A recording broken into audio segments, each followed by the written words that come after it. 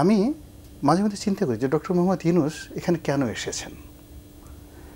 অতি সম্প্রতি তিনি নুরুল কবির সাহেবের সঙ্গে যে সাক্ষাৎকারটি দিলেন, তো সেটা শুনে আমার কাছে মনে হলো যে ওনার তো কোনো পূর্ব প্রস্তুতি ছিল না, তার কোনো ডিজায়ার ছিল না। তিনি জাস্ট বলেছে আসো, এসেছি, জাস্ট এ টেস্ট কেস। তা আমার কাছে মনে হয় না যে ৮৬ বছরের একজন মানুষ সারা দুনিয়া চড়িয়েছেন, যাকে বলা হয় one of the marketing genius. পৃথিবীতে ফিলিপ কটলারকে যদি বলা হয় ফাদার অফ দ্য মার্কেটিং, তাহলে ফিলিপ কটলারের আব্বা যদি কেউ থাকেন তাহলে ডক্টর মোহাম্মদ ইউনূস। তো সেই মানুষ কোনো কিছু না ভেবে চিন্তে এখানে এসেছে, নট লাইক দ্যাট।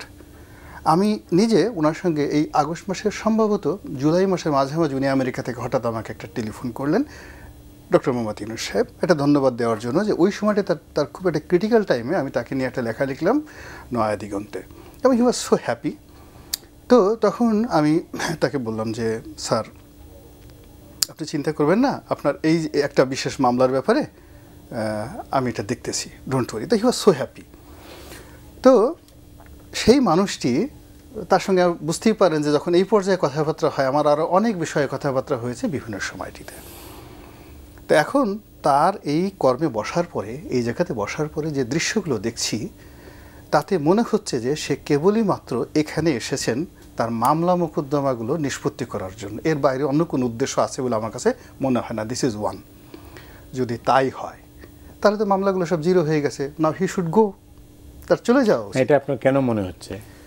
এর কারণ হলো, শুনুন, রাজনীতি বলেন, ব্যবসা বাণিজ্য বলেন, প্রত্যেকটার একটা ওনারশিপ আছে। যে চেয়ারে যেই বসুক না কেন, দায়িত্ব এবং কর্তব্য।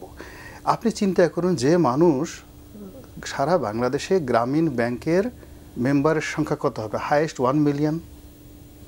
তো 10 লক্ষ লোকের সাথে যারা ঋণ নেয়, ঋণ দেয়, এরকম একটা প্রতিষ্ঠানের ম্যানেজিং ডিরেক্টর, সেটা উনি জীবনের শেষ সময় পর্যন্ত ছাড়তে চায় নাই, এবং সেটার জন্যই শেখ হাসিনার সঙ্গে তার এত দ্বন্দ্ব, সংঘাত, শত্রু। তো 10 লাখ লোকের এখানে কোনো আনুগত্য নাই, কোনো এক্সিকিউটিভ পাওয়ার নাই, কিছু নাই, শুধু জাস্ট একটা অ্যাডাপশন। আর গ্রামীণ ব্যাংকের যদি অর্থনৈতিক অবস্থা ধরেন, তাহলে বাংলাদেশের সবচেয়ে যে ছোট একটা ব্যাংক ধরেন কমার্স ব্যাংক, এটার চেয়েও ছোট।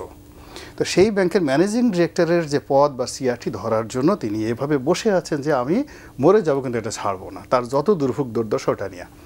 আবার ক্ষমতায় এসে উনি সবার আগে যে কাজটা করেছেন, ওনার সেই জিনিসটাই উনি সবার আগে নিয়ে নিয়েছেন। ইট মিনস তাকে যদি আমি মনে করি যে সে নির্লোভ, নট লাইক দ্যাট।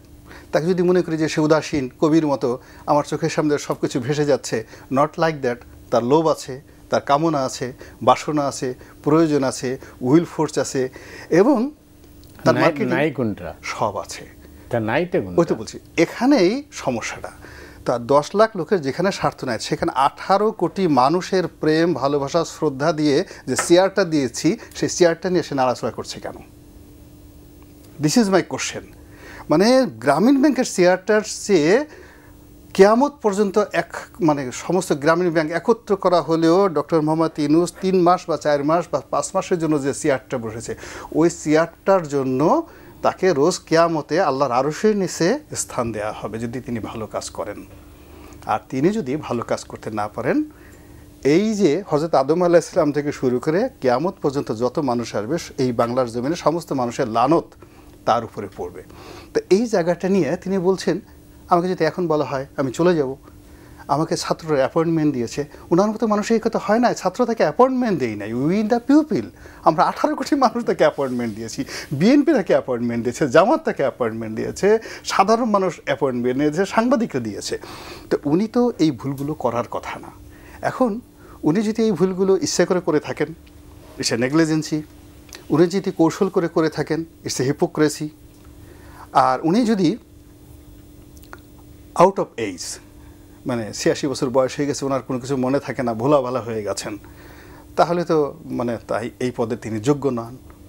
এর কারণ হলো, এটা এমন একটা পদ, এই চেয়ারে বসে আমরা সবাই ভাটির দিকে যাচ্ছি, অর্থাৎ দুটো ওয়ে, অর্থাৎ রাষ্ট্রের ক্ষমতা নিয়ে সবসময় উজানে যেতে হয়।